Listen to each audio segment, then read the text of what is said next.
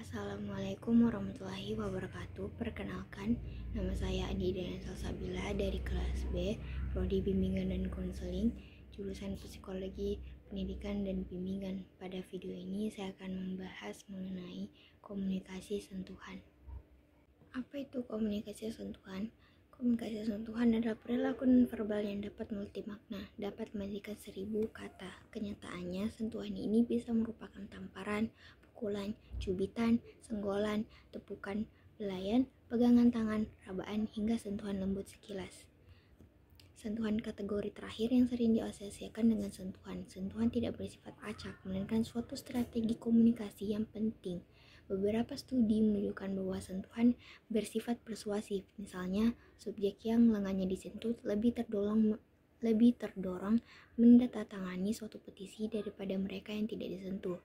Terdapat 5 kategori sentuhan yang merupakan suatu rentang dari yang sangat impersonal hingga yang sangat personal.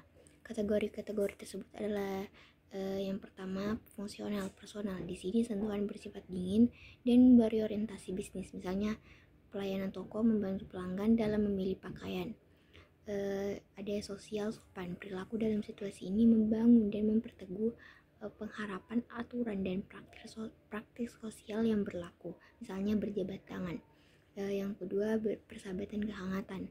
Kategori ini meliputi setiap sentuhan yang menandakan afeksi atau hubungan yang akrab, misalnya dua orang yang saling merangkul setelah mereka lama berpisah.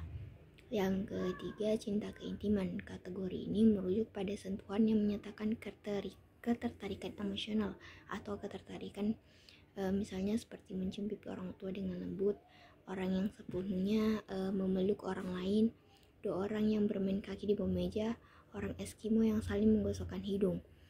4. Rangsangan seksual. Kategori ini berkaitan erat dengan kategori sebelumnya, hanya saja motifnya bersifat seksual.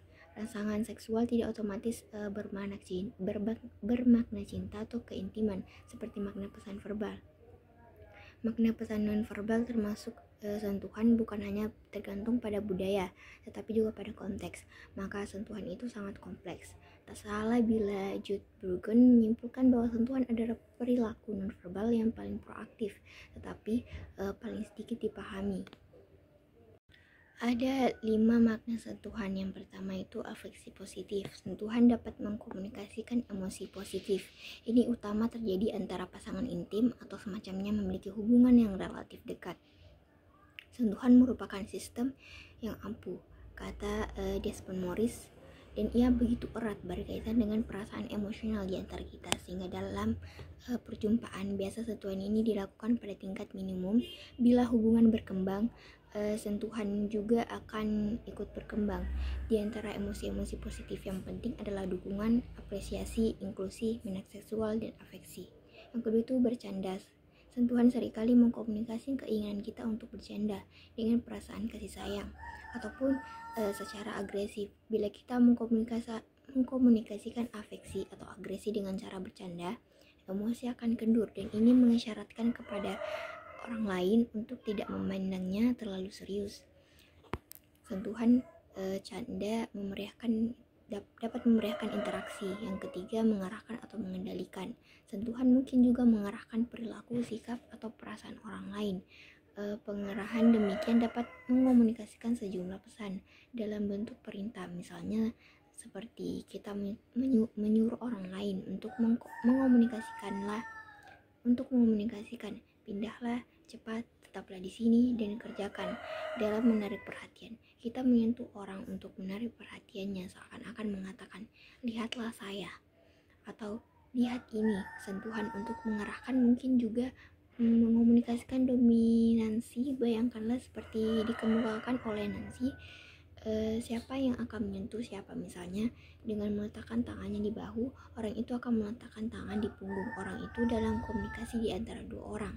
Contohnya seperti guru dan murid, dokter dan pasien, majikan dan pembantu, manajer dan karyawan, ulama dan umatnya, perwira polisi dan tersangka pelaku kejahatan, eksekutif bisnis dan sekretaris. Yang keempat, ritual sentuhan ritualistik, terpusat pada salam dan perpisahan. menjabat tangan untuk mengatakan halo atau sampai jumpa merupakan contoh yang jelas dari sentuhan ritualistik.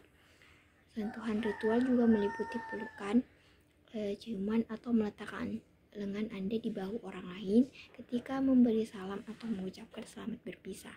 Yang kelima, ketertarikan dengan tugas. Sentuhan yang berkaitan dengan tugas dilakukan sehubungan dengan pelaksanaan fungsi tertentu. Ini dapat bermacam-macam, mulai menghilangkan debu ke arah baju seseorang sampai membantu seseorang keluar dari mobilnya atau menyentuh dahi seseorang untuk mengetahui apakah ia demam. Menurut bentuknya, sentuhan itu dibagi atas 3 macam. Yang pertama itu kinestik. Kinestik itu adalah isyarat yang ditunjukkan dengan bergandengan tangan satu sama lain sebagai simbol keakraban atau kemesraan. Yang kedua, sosiofugal, ialah isyarat yang ditunjukkan dengan jabat tangan atau saling merangkul. Umumnya orang Amerika dan Asia Timur dalam menunjukkan persahabatan ditandai dengan jabat tangan.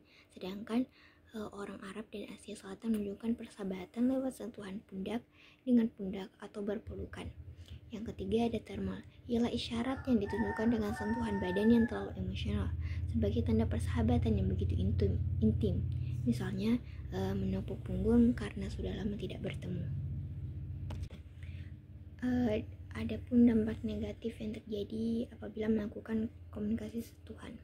Komunikasi sentuhan negatif adalah sentuhan yang membuat kita merasa marah, tidak senang atau dipermalukan. Misalnya ada teman yang mendorong kepala kita atau menampar, memukul atau mencubit dengan keras. Kita menyebutnya dengan sentuhan buruk atau bad touch karena tindakan itu bisa membuat kita merasa tersakiti. Dan adapun positif dari komunikasi sentuhan. Sentuhan positif adalah sentuhan yang membuat kita merasa nyaman, hangat, dan merasa disayangi. Untuk 4 area pribadi, hanya orang-orang tertentu yang bisa dipercaya untuk menyentuhnya, seperti ibu atau pengasuh atau dokter yang disertai dengan kehadiran orang tua. Itu saja materi yang dapat saya sampaikan. Sekian, terima kasih.